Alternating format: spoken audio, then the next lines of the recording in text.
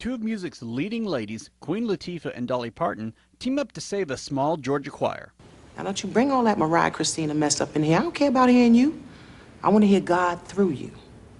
As I turn up the collar on my favorite winter coat, this wind is blowing my mind. Joyful Noise is Parton's first on-screen non-cameo role since the 2002 flop Frank McCluskey C.I. A small-town Georgia choir director passes away. A dispute rises between Vi Rose Hill, portrayed by Latifah, and the late director's widow, Gigi Sparrow, portrayed by Parton, on who should take over the choir.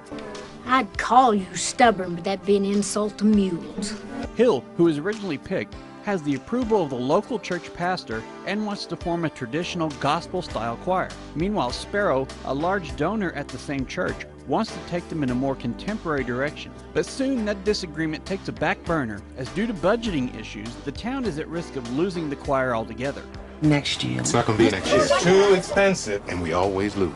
It's here that Vi and Gigi decide to team up so that the choir can win a national competition called Joyful Noise, and thus save the choir. Now, does this scenario sound familiar to anyone else? Think back to 1993.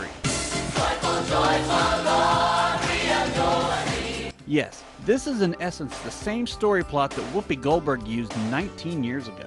The casting of this film, especially with the choir members, was done without considering if the actors chosen actually appeared to be as young as their characters are.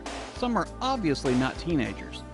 The writing is over the top at times, while the character development is lacking, which as a combination is quite the accomplishment. For example, the tense history between Vi and Gigi is never really explained, while the persistent jokes about the plastic surgery of Gigi are very exuberant. Well, I am who I am. Maybe you were 5 procedures ago. And the final performance at the competition ends up being nothing but a huge performance scene for Parton and Latifah, including an invisible full orchestra. The music is obviously the best part of this film, and if you go simply for that, you won't be disappointed.